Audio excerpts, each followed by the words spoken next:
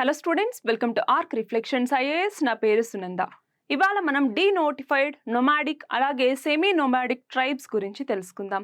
వీళ్ళు మాకు separate classification కావాలి అని కోరుతూ ఉన్నటువంటి నేపథ్యంలో అసలు ఈ యొక్క నొమాడిక్, సెమీ నొమాడిక్ అలాగే డీనోటిఫైడ్ ట్రైబ్స్ అంటే ఎవరు, వీళ్ళని ఇలా ఎలా క్లాసిఫై చేశారు, సో వీళ్ళకి సంబంధించినటువంటి ప్రొవిజన్స్ ఏమైనా ఉన్నాయా, వాటన్నిటి గురించి ఇవాళ మనం తెలుసుకుందాం. సో ఫస్ట్ ఆఫ్ ఆల్ చూడండి, నొమాడిక్ ట్రైబ్స్ అంటే ఏంటి? ఒక పర్మనెంట్ సెటిల్మెంట్ అనేటటువంటిది ఉండదు. ఎప్పుడూ కూడా ఒక ప్లేస్ నుంచి ఇంకొక ప్లేస్కి మారుతూనే ఉంటారనమాట. సో కంటిన్యూస్గా లైవ్లీహుడ్ కోసం వీళ్ళు మారుతూ ఉంటారు. ఫర్ ఎగ్జాంపుల్ పాస్టోరలిజం చేసేవాళ్ళు, trading, craft work, arts perform చేసేటటువంటి వాళ్ళు, వీళ్ళు ఒక ప్లేస్లో ఎప్పుడూ ఉండరు, వేరే వేరే ప్లేసెస్కి మారుతూనే వస్తూ ఉంటారు. సో వాళ్ళని నొమాడిక్ ట్రైబ్స్ అనేసి పిలుస్తూ ఉంటాం. అలాగే సెమీ నొమాడిక్ ట్రైబ్స్ అంటే ఏంటి? వీళ్ళు సీజనల్ మైగ్రేషన్ అనమాట. అంటే ఒక ప్లేస్లో కొంతకాలం పాటు ఉండి దాని తర్వాత ఇంకొక ప్లేస్కి మారుతారు. సో కొంతకాలం పాటు ఒక చోటు ఉంటారు కాబట్టి వీళ్ళని సెమీ నొమాడిక్ ట్రైబ్స్ అనేసి పిలుస్తాము. అలాగే డీనోటిఫైడ్ ట్రైబ్స్ అనేసి అంటే ఏంటి? మనకి బ్రిటిష్ రూల్లో చూడండి, క్రిమినల్ ట్రైబ్స్ యాక్ట్ అనేసి ఒకటి ఉంది. దాని కింద క్రిమినల్ ట్రైబ్స్గా గుర్తించినటువంటి కమ్యూనిటీస్ ఏవైతే ఉంటాయో వాటిని ఇండిపెండెన్స్ వచ్చిన తర్వాత, అంటే ఏంటి ఇక్కడ క్రిమినల్ ట్రైబ్స్ అనేసి నోటిఫై చేసింది బ్రిటిష్ రూల్లో ఆ ప్రభుత్వం. దాన్ని ఇండిపెండెన్స్ వచ్చిన తర్వాత ఆ ట్రైబ్స్ని డీనోటిఫై చేశారనమాట. సో అలా డీనోటిఫై చేసినటువంటి ట్రైబ్స్ ఏవైతే ఉంటాయో అవన్నీ కూడా డీనోటిఫైడ్ ట్రైబ్స్ కిందికి వస్తాయి. సో ఇనీషియల్గా వీటిని క్రిమినల్ ట్రైబ్స్ అనేసి నోటిఫై చేస్తారు. దాని తర్వాత ఇండిపెండెన్స్ తర్వాత దాన్ని డీనోటిఫై చేయటం జరుగుతుంది. అలా డీనోటిఫై చేసినటువంటి ట్రైబ్స్ అన్నీ డీనోటిఫైడ్ ట్రైబ్స్ కిందికి వస్తాయి. సో ఇప్పుడు ఈ 3 ట్రైబ్స్ ఏవైతే ఉన్నాయో వాటిని క్రిమినల్ ట్రైబ్స్ అన్నట్టుగా ఈ యొక్క క్రిమినల్ ట్రైబ్స్ యాక్ట్ కింద బ్రిటిష్ రూల్ అన్నటువంటి తీసుకురావటం జరిగింది. సో దాని తర్వాత డీనోటిఫై చేశారనమాట. సో చూడండి, 1952లో దీనికి సంబంధించిన ఒక చట్టాన్ని తీసుకొచ్చి డీనోటిఫై చేశారు. కానీ దాని తర్వాత కూడా వీళ్ళ మీద అప్రెషన్ అన్నటువంటిది జరుగుతూనే వస్తుంది. సో పోస్ట్ ఇండిపెండెంట్ స్టేటస్ ఏంటి?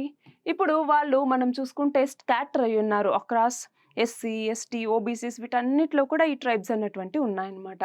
సో వాళ్ళకి క్లియర్ ఎన్యూమరేషన్ అన్నటువంటిది లేదు.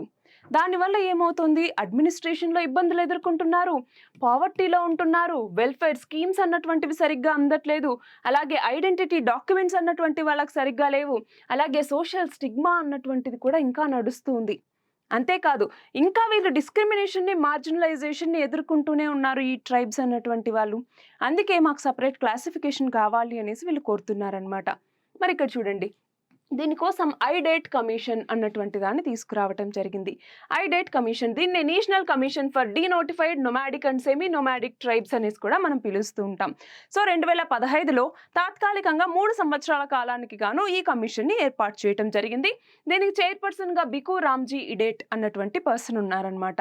సో ఈయన యొక్క అబ్జర్వేషన్స్ ఏంటి అంటే చూడండి, దాదాపు 1200కు పైగా ఇలాంటి కమ్యూనిటీస్ని గుర్తించడం జరిగింది. అవి డీనోటిఫైడ్ ట్రైబ్స్, నొమాడిక్ ట్రైబ్స్ మరియు సెమీ నొమాడిక్ ట్రైబ్స్ అనమాట. సో ఏం గుర్తించారు? చాలా కమ్యూనిటీస్ అన్నటువంటివి ఎస్సీ, ఎస్టీ, ఓబీసీ కిందికి కవర్ అవ్వట్లేదు. సో ఇంకా అవి ఈ క్లాసిఫికేషన్లోనే ఉంటూ వస్తూ ఉన్నాయి. అది మాత్రమే కాదు, చూడండి, ల్యాండ్ అన్నటువంటిది లేదు, ఇల్లిటరసీ ఎక్కువగా ఉంది, ఇల్లు అన్నటువంటిది సరిగ్గా లేదు, ఇలాంటి చాలా ఇష్యూస్ని ఈ ట్రైబ్స్ ఎదుర్కొంటూ ఉన్నారు. సోషల్లీ, పొలిటికల్గా వీళ్ళు అసలు కనిపించట్లేదు, అంటే సమాజంలోకి వీళ్ళు విజిబుల్గా లేరు అన్నట్టుగా ఈ కమిషన్ అన్నటువంటిది చెప్పటం జరిగింది. అయితే కొన్ని రికమెండేషన్స్ ఇచ్చింది. ఏమని? ఒక పర్మనెంట్ కమిషన్ అన్నటువంటిది డీనోటిఫైడ్ ట్రైబ్స్కి సంబంధించి ఉండాలి. అలాగే డీనోటిఫైడ్ ట్రైబ్స్కి సంబంధించి డిస్టింక్ట్ క్లాసిఫికేషన్ అన్నటువంటిది చేయాలి అన్నట్టుగా. సో ఈ పాయింటే ఇప్పుడు రైజ్ అయిందనమాట. సో మాకంటూ సపరేట్ క్లాసిఫికేషన్ ఉండాలి అని చెప్పేసి. అలాగే టార్గెటెడ్ వెల్ఫేర్ స్కీమ్స్ వీళ్ళ కోసమే తీసుకురావాలి. డిస్క్రిమినేటరీ లాస్ ఏవైతే ఉన్నాయో వాటిని రిపీల్ చేయాలి అన్నటువంటివి ఈ కమిషన్ ఇచ్చినటువంటి సిఫార్సులు.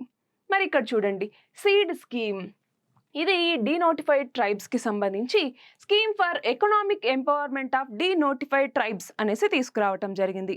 సో దీని కింద ఏం చేస్తారు చూడండి, ఎవరు తీసుకొచ్చారో? Ministry of social justice and empowerment అన్నటువంటిది. దీని కింద వాళ్ళకి ఎడ్యుకేషన్ అందించడం, స్కిల్ డెవలప్మెంట్ అందించడం, అలాగే హౌసింగ్ ఫెసిలిటీస్, హెల్త్ ఇన్సూరెన్స్, ఇలాంటి వాటన్నిటిని అందించడం ద్వారా వాళ్ళని మన యొక్క మెయిన్ సమూహంలోకి తీసుకురావటం కోసం ఇది ఉద్దేశించబడింది. మరి దీంట్లో ప్రాబ్లమ్స్ ఏమున్నాయి ఈ సీడ్ స్కీమ్కి సంబంధించి అంటే, ఒకటి ఐడెంటిఫికేషన్ బ్యారియర్.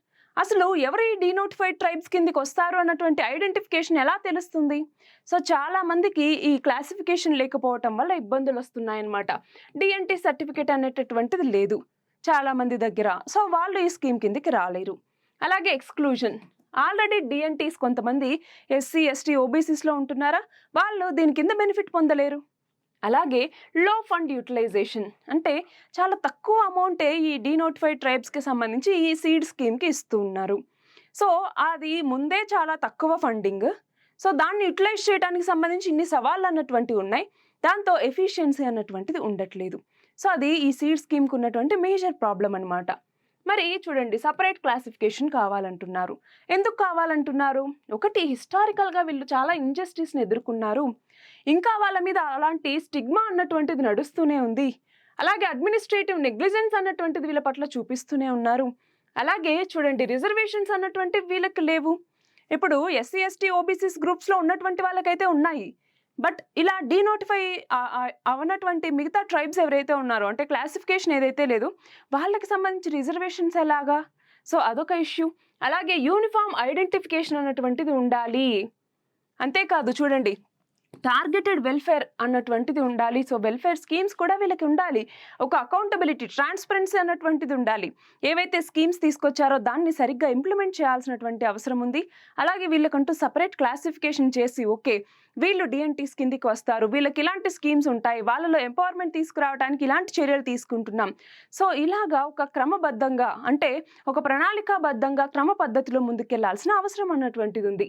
మరి కరెంట్ స్టేటస్ చూడండి, ఇప్పుడు సెపరేట్ సెన్సస్ కాలమ్ అన్నటువంటిది డీనోటిఫైడ్ ట్రైబ్స్‌కి లేదు.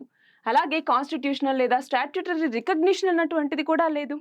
అలాగే గవర్నమెంట్ అన్నటువంటిది ఈ సెపరేట్‌గా వీళ్ళని క్లాసిఫై చేయాలి అన్నటువంటి దానికి అంగీకరించట్లేదు కూడా.